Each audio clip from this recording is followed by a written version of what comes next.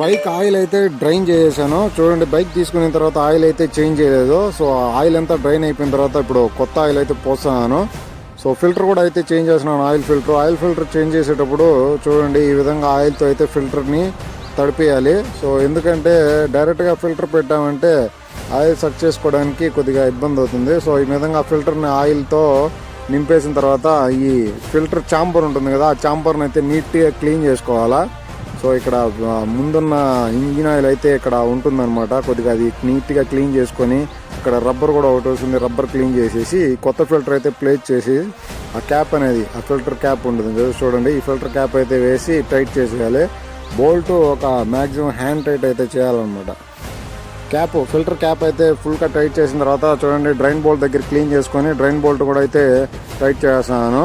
So స్పానర్తో full tight అయితే చేయాలన్నమాట. ఇది రింగ్ స్పానర్ అయితే ఉపయోగిస్తున్నాను. రింగ్ స్పానర్తో ఫుల్ టైట్ చేసి ఆయిల్ అయితే పోసుకోవాలి. సుజుకి వీస్ట్రామ్ ఈ వెహికల్. సుజుకి జిక్సర్ ఫిల్టర్ అయితే సరిపోతుంది. చాలా మందికి డౌట్ అయితే ఉంటుంది వీస్ట్రామ్కి ఫిల్టర్స్ దొరకడం కష్టము, స్పేస్ దొరకడం కష్టమని. మ్యాక్సిమం సుజుకి జిక్సర్ స్పేర్స్ అనేటివి ఈ వెహికల్కి అయితే సరిపోతాయి. ఆయిల్ కూడా సేమ్ టు సేమ్ ఉంటుంది వీస్ట్రామ్కి జిక్సర్కి. సో ఆయిల్ అయితే పోసాను. సుజుకి కంపెనీ ఆయిల్ అయితే ఉపయోగిస్తున్నా. ఈ వెహికల్కి 1200 ml ఆయిల్ అయితే పోయాలి.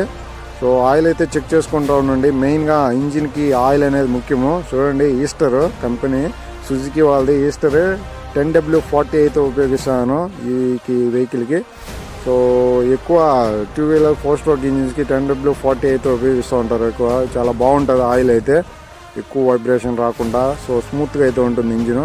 1200 ml కాబట్టి 1 లీటర్ పోసేసిన తర్వాత 100 ml.